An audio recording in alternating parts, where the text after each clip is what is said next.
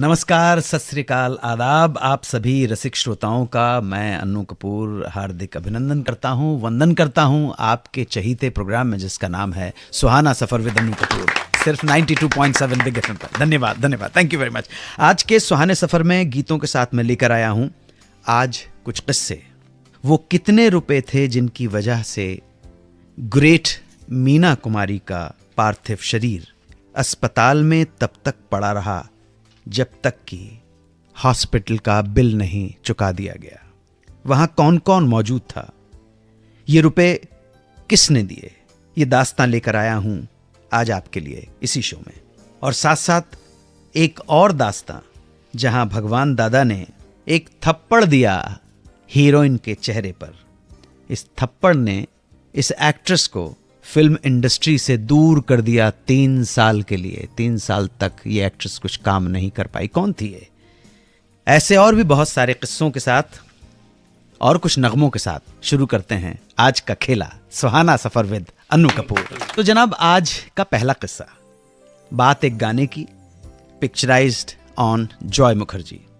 Film का नाम शागिर्द। दुनिया पागल है या फिर मैं दीवाना। ये गाना आप जानते हैं क्लब में पिक्चराइज्ड है। जॉय मुखर्जी साहब डांस कर रहे हैं, वेस्टर्न डांस के स्टेप्स हैं। अब आपको इस गाने की एक खास बात बताता हूं। जो स्टेप्स जॉय मुखर्जी ने इस गाने में किए हैं, जो भी थोड़ा बहुत डांस का, वो उन्होंने इस फिल्म की शूटिंग का दौरान नहीं सीखे थे, बल्कि उन्होंने ये स्टेप्स सीखे थे इस फिल्म की शूटिंग से 1 साल पहले, जब वो फिल्म लव इन टोक्यो की शूटिंग कर रहे थे।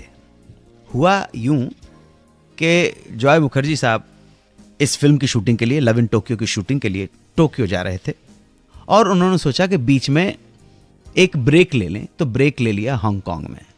एक नाइट क्लब में डांस की परफॉर्मेंस चल रही थी, सारी डांसर्स परफॉर्म कर रही थी, लेकिन इन सारी डांसर्स में एक डांसर्स निराली थी।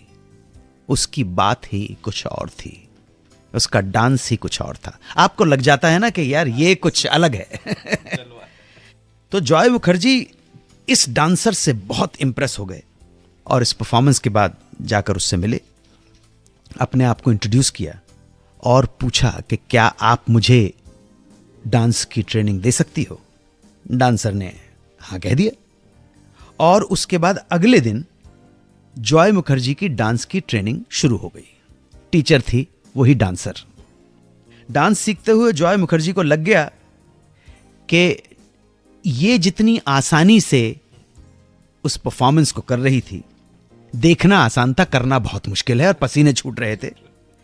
लेकिन इंटेंशन ये था कि जितने कम टाइम में, जितना भी स्टे है हांगकांग में, 5 दिन का या 6 दिन का, जितना भी सीख सकते हैं वो सीख लें।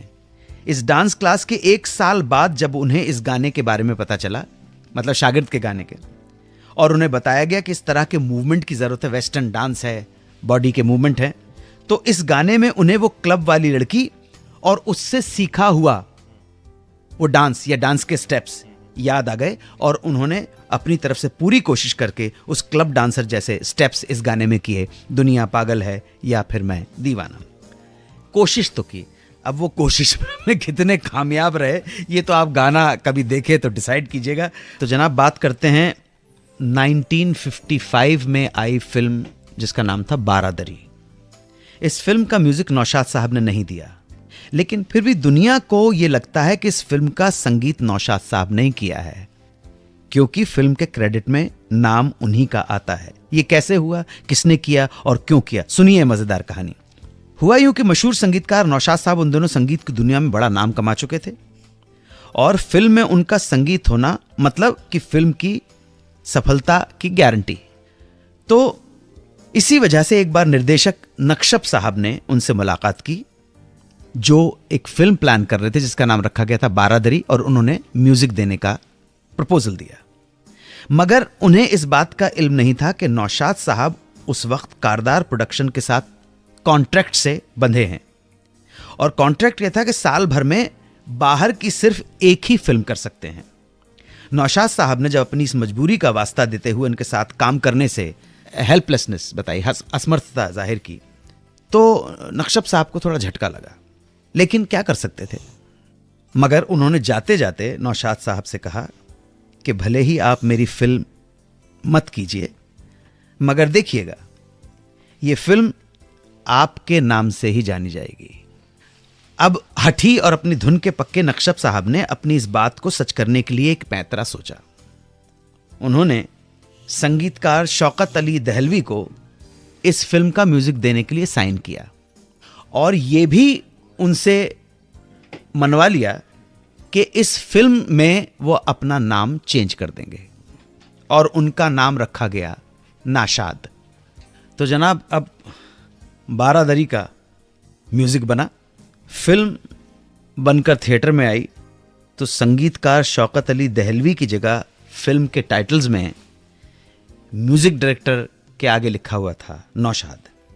इस फिल्म का एक गीत बहुत मशहूर हुआ था जिसे गाया था तलत महमूद साहब ने, तस्वीर बनाता हूं तस्वीर नहीं बनती।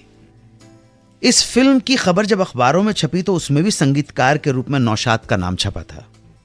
इसको देखकर नौशाद साहब ने नक्शब साहब से जब सफाई मांगी तो नक्शब साहब ने, प्रोड्यूसर साहब ने बड़े मुस्कुराते हुए जवाब दिया कि नौशाद साहब, असल में वो नाम नाशाद है लेकिन गलती से स्पेलिंग चेंज हो गई है, गलती से लिखने वाले ने नौशाद लिख दिया है। अब नौशाद और नाशाद इतने मिलते जुलते हैं कि लोग धोखा खा ही जाते हैं। आप सभी जानते हैं कि गब्बर सिंह का रोल अमजद खान के फिल्मी करियर का सबसे यादगार रोल रहा और टर्निंग पॉइंट भी था उनके करियर का।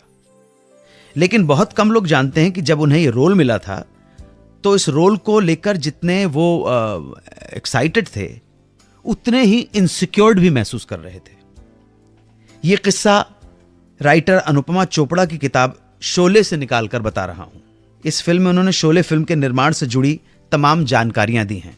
बात तब की है जब उन्हें शोले फिल्म की शूटिंग के लिए बेंगलोर निकलना था। बेंगलोर के पास ही इसकी लोकेशन थी। मगर इससे पहले वाले दिन वो अब बार बार अपनी पत्नी से पूछ रहे थे कि क्या तुम्हें लगता है कि मैं कर पाऊंगा? पत्नी ने कहा बिल्कुल कर पाएंगे, आप बेहतरीन एक्टर हैं, मैंने आपके कितने प्ले देखे हैं।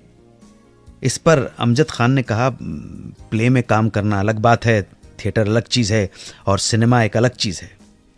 अपने पति को इतना नर्वस देखकर उन्होंने कहा खुद पे भरोसा रखो मियां, अल्लाह सब ठीक कर देगा, आप रोल की चिंता मत करो, बस ये बताओ पैकिंग क्या करनी है।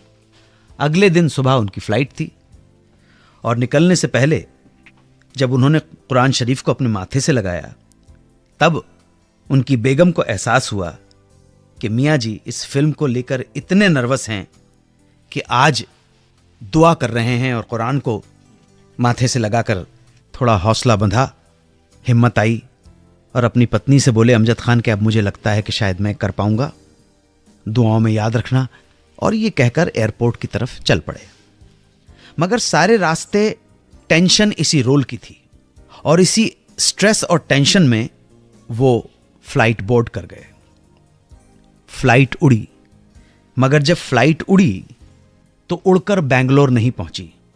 अचानक आई हाइड्रोलिक खराबी के चलते वो बॉम्बे सिटी के ऊपर ही चक्कर लगाती रही और कुछ देर के बाद वापस बंबई एयरपोर्ट पर ही लैंड कर गई। सारे पैसेंजर्स उतर गए, वेट कर रहे थे, अमजद खान भी उनमें से एक थे। लेकिन मन में आशंका उठी कि यह गड़बड़ी का संकेत है कि मुहूर्त ही खराब हो गया। तो ये सब सोचकर उन्होंने अपने घर पर इसकी इंफॉर्मेशन नहीं दी और 5 घंटे तक बंबई एयरपोर्ट पर ही इंतजार करते रहे। जब टेक्निकल खराबी को दुरुस्त करने के बाद दोबारा फ्लाइट के उड़ने की घोषणा हुई तो बहुत कम ही ऐसे यात्री थे जिनमें दोबारा उस फ्लाइट में बैठने का जिगरा हो। कुल मिलाकर कोई 4 या 5 लोग रहे होंगे, जिनमें से एक अमजद खान भी थे। फ्लाइट ने दोबारा टेक ऑफ किया और पूरे सफर के दौरान जहां बाकी के पैसेंजर अपने परिवार को याद करके सही से बेंगलोर पहुंचने की कामना कर रहे थे, वहीं इस किताब में अनुपमा चोपड़ा ने ऐसा बताया कि अमजद साहब अपनी पत्नी और अपने 1 महीने के बेटे के बारे में नहीं सोच रहे थे। उनके दिमाग में तो बस एक ही डर था कि कहीं अगर प्लेन क्रैश हो गया तो ये गब्बर का रोल उनके हाथ से निकलकर वापस डैनी को नहीं चला जाए। इस तरह की कश्मकश और संशय गब्बर सिंह के रोल को लेकर अमजद खान के दिल में तब तक चल रही थी जब तक कि उन्होंने 2-4 अच्छे शॉट देकर अपने आत्मविश्वास को बढ़ा नहीं लिया। और अब बात Meena Kumari, the tragedy queen के जीवन की आखिरी ट्रेजेडी। मार्च 1972 में मीना जी की हालत बहुत बिगड़ गई थी। शराब की बुरी लत की वजह से उनको लिवर साइरोसिस हो चुका था। ट्रीटमेंट घर पर ही चल रहा था। उनके पर्सनल फिजिशियन डॉक्टर शाह उनको देखने के लिए रोज आया करते थे। मीना कुमारी के हाथ पैरों में सूजन आ जाने की वजह से वो बेड पर से उठ भी नहीं पाती थी। दिनों दिन हालत और बिगड़ती जा रही थी। तो फाइनली डॉक्टर शाह ने कहा कि अब हॉस्पिटल में एडमिट करवाना बहुत जरूरी हो गया है। मीना जी की दोनों बहनों ने डॉक्टर शाह की बात मानकर उनको हॉस्पिटल एडमिट करने का इंतजाम करना शुरू कर दिया। मीना कुमारी को अंदेशा था कि हॉस्पिटल के खर्चे के लिए घर में पैसे नहीं होंगे। उन्होंने अपनी बड़ी बहन खुर्शीद से पूछा, कुछ बचा है? खुर्शीद ने हिचकते हुए कहा, बस 100 रुपए हैं। बहन ने जब कमाल अमरोही से पैसे लेने की तजवीज की तो मीना कुमारी ने साफ इनकार कर दिया और सोचकर बोली कि प्रेम जी को फोन लगाओ। प्रेम जी उनकी फिल्म के प्रोड्यूसर थे और उनसे रिक्वेस्ट किया गया कि जो पैसे बकाया हैं वो दे दिए जाएं। ये रकम तकरीबन 10,000 रुपए की थी। प्रेम जी ने मीना जी के बैलेंस पैसे, बचे हुए जो पैसे थे वो दे दिए। मीना कुमारी को प्रिमोनिशन हो चुका था। लग रहा था उन्हें कि अब वो घर वापस नहीं लौटेंगी। इसीलिए उन्होंने हॉस्पिटल जाने से पहले सबको बाकायदा अलविदा कहा और मलाबार हिल के सेंट एलिजाबेथ नर्सिंग होम में एडमिट होने के लिए रवाना हो गई। काफ़ी मुसीबतों और दर्द और तकलीफ़ों से गुजरने के बाद 31 मार्च 1972 को मीना कुमारी इस दुनिया से रुखसत हो गई। आखिरी वक्त में उनके साथ जो लोग मौजूद थे उनमें दोनों बहनें थीं, खुर्शीद मधु, उनके पति कमाल अमरोही, उनके बेटे सायरा बानो जी थीं, नादरा, गुलजार साहब और श्यामा जी भी मौजूद थी। मीना कुमारी की डेथ के बाद अस्पताल में ही कमाल अमरोही और मीना कुमारी की बहन खुर्शीद में बहस छिड़ गई कि उनको कहाँ दफनाया जाए। क्योंकि जब हॉस्पिटल आ रही थी, मैंने जैसे पहले कहा उनको प्रिमोनिशन हो चुका था, तो उन्होंने बहन को कहा था कि उन्हें वहाँ सुन्नी कब्रिस्तान बांद्रा में दफनाया जाए, बाबूजी और अम्मा की कब्र के पास। मगर कंट्रोवर्सी इस बात की होगी कि उनके शौहर कमाल अमरोही ने कहा कि मीना ने उनसे कहा था कि उनको अमरोहा जाकर दफनाया जाए। और जनाब असली ड्रामा तो तब शुरू हुआ जब हॉस्पिटल वालों ने उनकी डेड बॉडी को देने से मना कर दिया। क्यों? क्योंकि 3,500 का बिल अभी भी बकाया था। मीना कुमारी की बायोग्राफी में इस घटना का जिक्र करते हुए राइटर ने लिखा है कि अचरज की बात तो यह थी कि वहां मौजूद इतने सारे लोगों के होने के बावजूद किसी ने इस बिल को पे करने की जहमत नहीं उठाई। ऐसे में मीना कुमारी के पर्सनल फिजिशियन ने, डॉक्टर शाह ने घर पे फोन किया, अपनी वाइफ से बात की और उनसे बोला कि जल्दी से जल्दी 3,500 रुपए कैश यहां भेजो।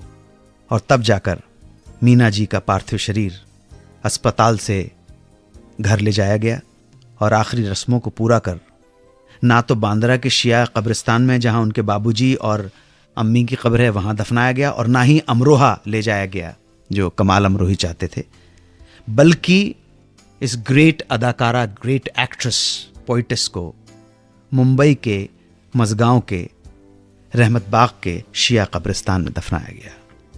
तुम क्या करोगे सुनकर मेरी कहानी, बेनूर जिंदगी के किस्से हैं फीके फीके। बस यही थी मीना कुमारी और यही थी मीना कुमारी की कहानी। अब बात करते हैं मोहम्मद रफ़ी की। रफ़ी साहब के संघर्ष के दिनों में उनकी मदद की थी उस जमाने के बहुत बड़े गायक जीएम दुर्रानी ने।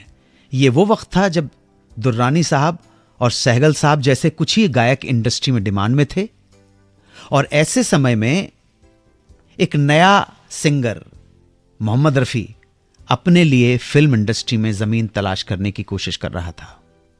तब दुर्रानी साहब एक मसीहा बनकर सामने आए और काम दिलवाने में बहुत मदद की।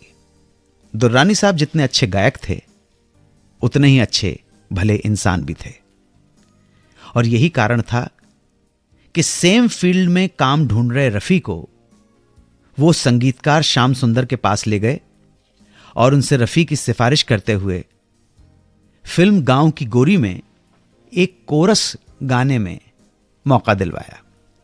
इस सिफारिश और दुर्रानी साहब की मदद का ही नतीजा था कि रफ़ी साहब को थोड़ा थोड़ा काम मिलने लगा, और फिर अपनी मेहनत और टैलेंट के बल पर मोहम्मद रफ़ी बन गए हिंदी सिनेमा के सुपरस्टार। जब रफ़ी स्टार बन गए तो एक ऐसा समय आया कि दुर्रानी साहब का करियर धीरे धीरे ढलान पर आ गया। काम कम हो गया, काम नहीं मिलने की वजह से इनकम कम हो गई, और घर में धीरे धीरे मुफलिसी आने लगी। जब रफ़ी साहब को यह पता चला तो उन्होंने अपने पुराने दिनों को याद करते हुए दुर्रानी साहब की हर संभव मदद करने का फैसला लिया, और संगीतकार नैयर साहब से उन्होंने रिक्वेस्ट की कि वो 1956 में आई फिल्म हम सब चोर हैं के गाने में रफ़ी साहब के साथ दुर्रानी साहब को भी गाना गवाएं। नैयर साहब ने बात मान ली और दुर्रानी साहब और रफ़ी साहब ने ही ये गाना गाया। फिल्म हम सब चोर हैं, ये गीत हमको हंसते देख जमाना जलता है। इस गीत के अलावा भी रफ़ी साहब ने कुछ और संगीतकारों से कहकर दुर्रानी साहब को गाने दिलवाए, और दोनों ने एक साथ कुल 6 डुएट गाने और कुछ गाने कोरस में भी गाए। इस तरह आगे चलकर भी दोनों ने एक साथ कुल 6 डुएट गाए और कुछ गाने कोरस में भी गाए। इस तरह आगे चलकर भी नेक दिली का रफ़ी साहब को जब भी मौका मिला तो उन्होंने इस मौके को नहीं गवाया, और सारी जिंदगी भर जहां पर भी उन्हें लगा वो हमेशा दूसरों के काम आए। तो आइए रफ़ी साहब की आवाज में सुनते हैं ये प्यारा सा गीत। अब बात एक ऐसी एक्ट्रेस की जो बनने तो आई थी हीरोइन, पर उसके साथ एक फिल्म की शूटिंग के दौरान एक ऐसा एक्सीडेंट हुआ जिसने उसे फिल्मों से 3 साल के लिए दूर कर दिया। हुआ यूं कि सन 1942 में आई फिल्म जंग की आजादी की शूटिंग हो रही थी। इस फिल्म की एक्ट्रेस थी ललिता पवार, साथ में थे भगवान दादा। एक सीन शूट हो रहा था जिसमें भगवान दादा जोर से थप्पड़ मारते हैं ललिता पवार को।